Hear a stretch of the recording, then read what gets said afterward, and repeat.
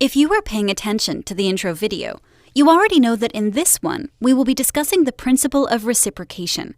This is the first of the series of 6 shortcuts to mastering the art of successful interactions on both a professional and personal level. Number 1 is the principle of reciprocation. Reciprocation is an extremely effective technique to stimulate a relationship of favor-giving and compliance. It works in a very straightforward way. You should try to repay, in kind, what another person has provided to you. At a glance, not much to it, right? In reality, however, this rule has stood the test of time like no other, and has been a driving force in society from as early as the first written historical documents date. What all of this essentially means is that if a colleague invites you to their housewarming, it becomes your obligation to invite them to a gathering of your own. If a friend does you a favor, you should do one in return, and so on. The reciprocity rule is so strongly entrenched in our society that we become obliged to repay kindnesses, invitations, and gifts. And the best aspect of it is that when under a feeling of obligation, individuals are much more likely to say yes to a request. At the core of the rule is that it enforces uninvited debts. For example, studies and experience have shown time and again that a marketing strategy that has a free sample component creates a relationship of indebtedness between the merchant and the buyer. The strategy is effective because the person who receives the unexpected gift has a few limited options to reciprocate. Depending on what the context is, the individual can either agree to listen to the product's description, donate to the cause being presented to them, or, say, tip their waiter or waitress more money.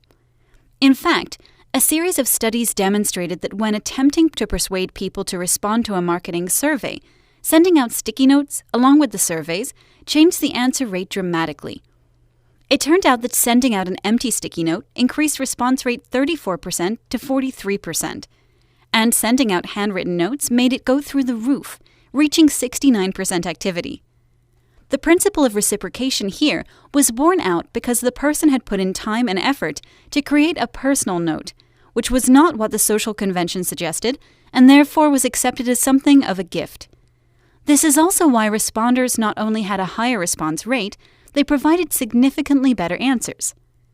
There is a second way in which the reciprocity rule can be used to persuade somebody to comply with a request, and this is through the so-called reciprocal concessions, or the rejection then retreat technique, as it is also known as. This technique is based on a very simple principle. You maximize your chances of receiving a yes by first making a larger request that will most likely be turned down.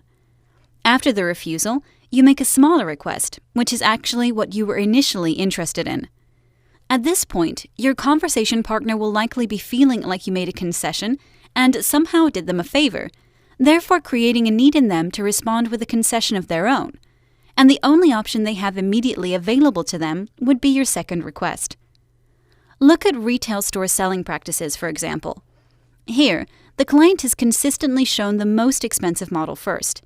If they agree to it, the store loses nothing. If they decline, however, the store assistant comes up with a counteroffer for a more sanely priced model. On one occasion, this ensured that the store average sale went from $550 to $1,000. Okay, so reciprocation is a very potent persuasion technique. That said, it's not difficult to see it can sometimes be used unethically against us. So, is there a way for us to say no to it? Keep in mind that reciprocation works because it is rooted in the principles of society, and we've been brought up conditioned to be on the lookout for fairness and obligation. If you do not reciprocate, you would personally feel like you are a less than good human being, and it's likely that your peers would feel some indignation as well. One thing you could do is remember that you only need to reciprocate the favor for what it actually is.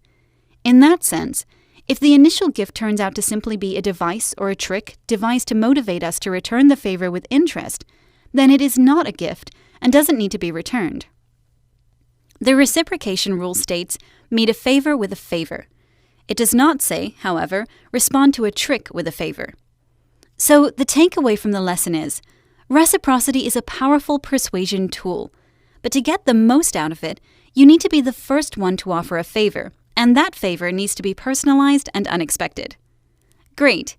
Thanks for watching, And tune in next time when we will talk about consistency, or how people like to continue with a commitment once they have made the first step.